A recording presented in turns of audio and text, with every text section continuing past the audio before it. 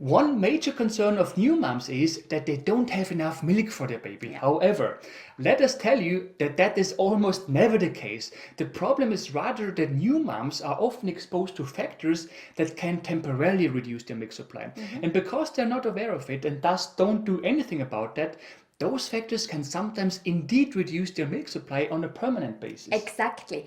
So in this video, we are going to talk about the 6 factors that can decrease your milk supply, and we also talk about what you can do about them. Yes, this is Natalie, a pregnancy and birth consultant and TCM therapist. And that's Matthias, a researcher and science geek, and we help expecting mummies and their babies naturally and science-based. Yes, so which factors can reduce your milk supply? Alright, so most new moms who worry that they don't have enough milk for their baby do so during the first couple of days after birth. And that is no surprise, right? Because as we have already explained in other videos, normally your milk does not flow right away. Initially, all your body produces are a few drops of colostrum, which, however, is a highly nutritious milk for your baby. So it provides your baby with everything baby needs in terms of micronutrients, such as vitamins and antibodies, for instance, right? Only problem is that first milk is not yet super filling, right? Exactly. And so it is expected that newborn babies lose some weight during the first 5 to 7 days after birth, oftentimes as much as 7 to 10% of their birth weight. However, normally that is not a reason to worry unless your baby is not healthy or too little, of course. And you also don't need to worry about your milk supply. Normally, once your milk starts to flow, you will have more than enough milk for your baby, and your baby will quickly gain weight. Exactly. However, it is important to note that your body produces milk based on demand. So if you stop breastfeeding or breastfeed less for whatever reason, your body will also produce less milk. And this leads us to the first factor that can decrease your milk supply: supplementing with formula. Yes. So because new moms are often worried about their milk supply, particularly during those first couple of days, many of them instantly start supplementing with formula. Now, of course, there are many occasions when you do have to do that, okay?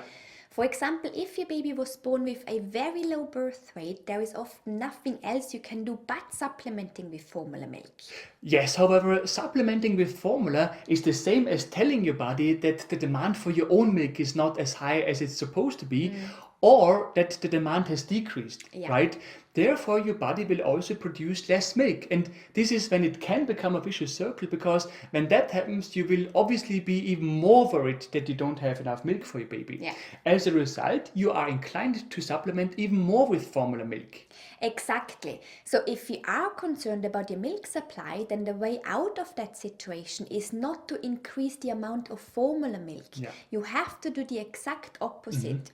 So by offering your breast more often, your body will realize that the demand has increased, and thus it will produce more milk. Yes, and if you supplement with formula, for example, because your baby's in daycare, then it can be a good idea to at least continue pumping milk, ideally at regular intervals, right? In order to signal your body that the demand for milk is still there and to keep producing milk. Exactly. And keep in mind, you can keep that milk in the refrigerator and use it as a substitute for formula milk later on. But the best thing would be that you don't start supplementing with formula milk in the first place, again, if possible, given your baby's condition after birth. Exactly. Talking about the time after birth, there is another major factor that can decrease your milk supply, and it is often a particular problem during the first couple of days and weeks after birth. And that factor is stress. Yes. Unfortunately, during the first couple of weeks after birth, every new mom will be exposed to stress. And it doesn't matter if you're a calm person by nature.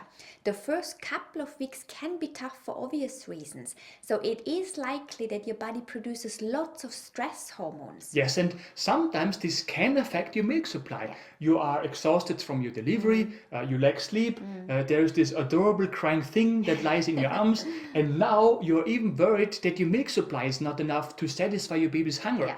So there are several factors that reinforce each other, right? And there you have it. You're stressed, you're worried, you are inclined to supplement with formula milk, and all of that can cause the situation that you're desperately trying to avoid. Yes, normally all you need to do is to relax, wait for your milk to flow, and then to continuously breastfeed your baby. Right. But of course, that's so easy to say when you're worried about a hungry Yeah. baby, right? And it's not only worrying about your baby. Unfortunately, many new moms also need to digest what they experienced during their delivery. Yes, and I cannot believe that I say this in the 21st century, but you would not believe how many women are traumatized after their delivery. Not because something bad happened during their delivery, not at all. Most of the times, it's simply because they have not been prepared for their delivery. So they have no idea what to expect and how to cope with the challenges during labor. And that particularly applies to women who had plans to have an epidural, but then it did not work, right? Exactly. But new moms being traumatized is just one example. Another example is postnatal depression or other stress causing problems. And so if you do worry about your milk supply and if you are exposed to stress causing situations like postnatal depression, for instance, the first thing to do is to seek mental support. Yeah. Be it in form of a professional therapist, be it in support groups, or simply a conversation with your partner. Yes, but not only in those severe cases, we generally recommend that you get as much support as possible from family and friends during your postpartum recovery, Yes. right? Don't hesitate to ask for help. You need to find some time to recover and to relax, right? Exactly. Whether that is a massage treatment, acupuncture, yoga, whatever helps you. Exactly, and this will also help with your milk supply. Exactly. Now, another major factor that can decrease your milk supply is when your body does not get enough fluids. Yes, and there can be several reasons for that. First, it could simply be that you don't drink enough water each day, but it could also be that something dehydrates your body. For example, if you suffer from diarrhea or if you vomit for whatever reason, you run into the risk of dehydration, and this can have an effect on your body. Yes, the same applies when you get sick. For example, if you catch the flu, well, the flu itself is unlikely to decrease your milk supply, right? However, you might drink less water while you're sick, or you may suffer from diarrhea, etc., because of the flu, which can dehydrate your body, and that can temporarily decrease your milk supply, right? Exactly. Talking about sickness, the next factor that can decrease your milk supply are medications. Yes, not all medications we should add. However, sometimes medications can contain certain ingredients that can decrease your milk supply, right? Exactly. Since we were talking about the flu, medications that you use for congestion are a great example. Yeah.